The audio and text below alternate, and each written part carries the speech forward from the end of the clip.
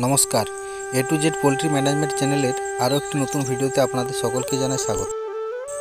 দর্শক, ফার্মের মাটির ভিতরে যে জীবাণু রয়েছে সেই জীবাণুকে আপনারা কিভাবে ধ্বংস করবেন, মূলত এই নিয়ে আমাদের আজকের এই ভিডিও। এই পদ্ধতিকে বলা হয় হিট স্প্রে।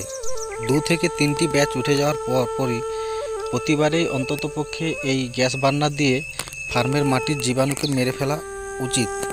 ফার্মের মাটিতে লুকিয়ে থাকা ব্যাকটেরিয়াকে যদি আপনি বিনাশ না করতে পারেন, তাহলে আপনার পাখির মধ্যে লুজ ড্রপ এবং কক্সি টাইপের পায়খানা, অর্থাৎ পায়খানার মধ্যে যে রক্ত দেখা যাচ্ছে, সেই রক্তগুলোর প্রবলেম এই জীবাণু থেকেই মূলত হয়। খরচ খুব বেশি নয়, 1000 স্কোয়ার ফুট ফার্মের জন্য আপনার 1.5 থেকে 2 কেজি গ্যাস আপনার খরচা হবে। তাই আমি আপনাদের সাজেস্ট করব যে আপনারা এই পদ্ধতি অবলম্বন করুন। বিশেষত যে সমস্ত ফার্মার বন্ধুরা এই সমস্যার সম্মুখীন হচ্ছেন, তারা এই পদ্ধতি অবলম্বন করুন, অবশ্যই ভালো রেজাল্ট পাবেন।